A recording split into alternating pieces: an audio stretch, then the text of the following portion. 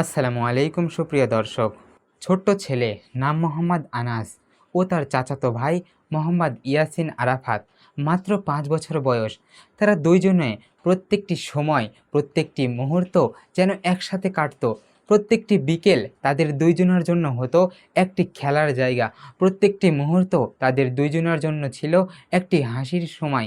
প্রত্যেকটি সময় তারা দুইজন আনন্দ করত, খেলাধুলা করত, একসাথে চলাফেরা করত।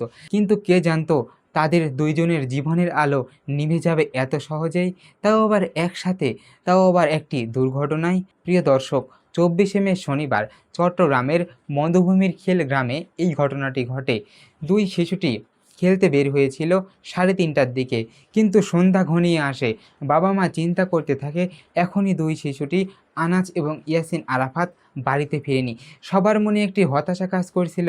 সবাই বলতেছিল তারা কোথায় গিয়েছে, তাদেরকে খোঁজা। ইতিমধ্যে এলাকায় সবাইকে জানাজানি হয়ে গেছে, মসজিদে মাইকিং হচ্ছে, সবাই খুঁজতেছে, কিন্তু এই ইয়াসিন এবং আনাসকে কোথাও খুঁজে পাওয়া যাচ্ছে না। মা বাবা তো হতাশ। এক পর্যায়ে তাদেরকে খুঁজে পায় একটি ডুবাতে।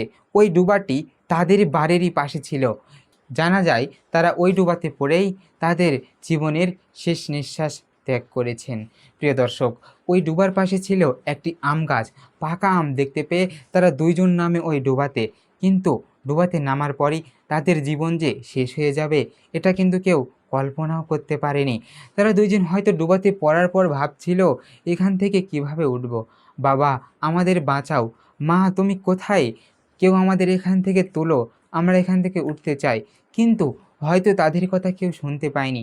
ওই সময় হয়তো ওই ডুবাতে কেউ ছিল না, তাই তো মোহাম্মদ আনাস এবং ইয়াসিন আরাফাত চলে গেল এভাবে। তাদের মা বলছিল আমার ছেলেটি আম খেতে চেয়েছিল, আমি আম দিইনি।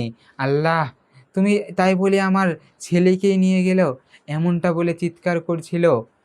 বাবা, বাবার কাছে ছিল মোহাম্মদ আনাস একদম সোনার খনি, মায়ের কাছে ছিল ইয়াসিন আরাফাত কলিজার টুকরা।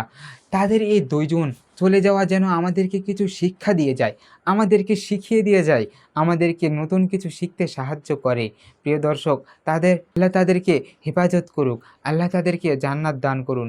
এই ঘটনাটির মাধ্যমে আমরা বুঝতে পারি ছোট বাচ্চাদেরকে এই আমের সময়, লিচুর সময় বাইরে কোথাও যেতে দেওয়া ঠিক না।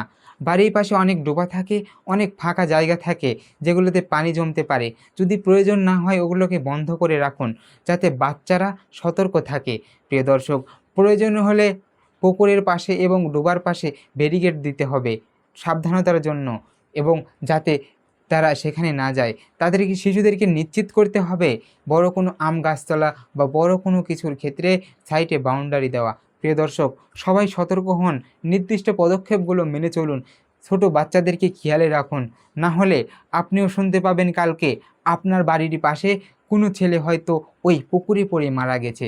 আমিও শুনতে পাবো হয়তো আমার বাড়ির পাশে কোনো ছেলে পুকুরে পড়ে মারা গেছে। প্রিয় দর্শক, সবাই আসুন সতর্ক হই, বাচ্চাদেরকে দেখে রাখি।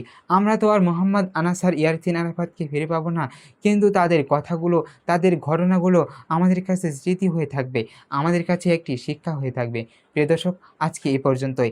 দেখা হচ্ছে নতুন কোনো ভিডিওতে সত্য চাঞ্চল্যকর তথ্য নিয়ে। ততক্ষণ পর্যন্ত ভালো এবং সুস্থ থাকবেন।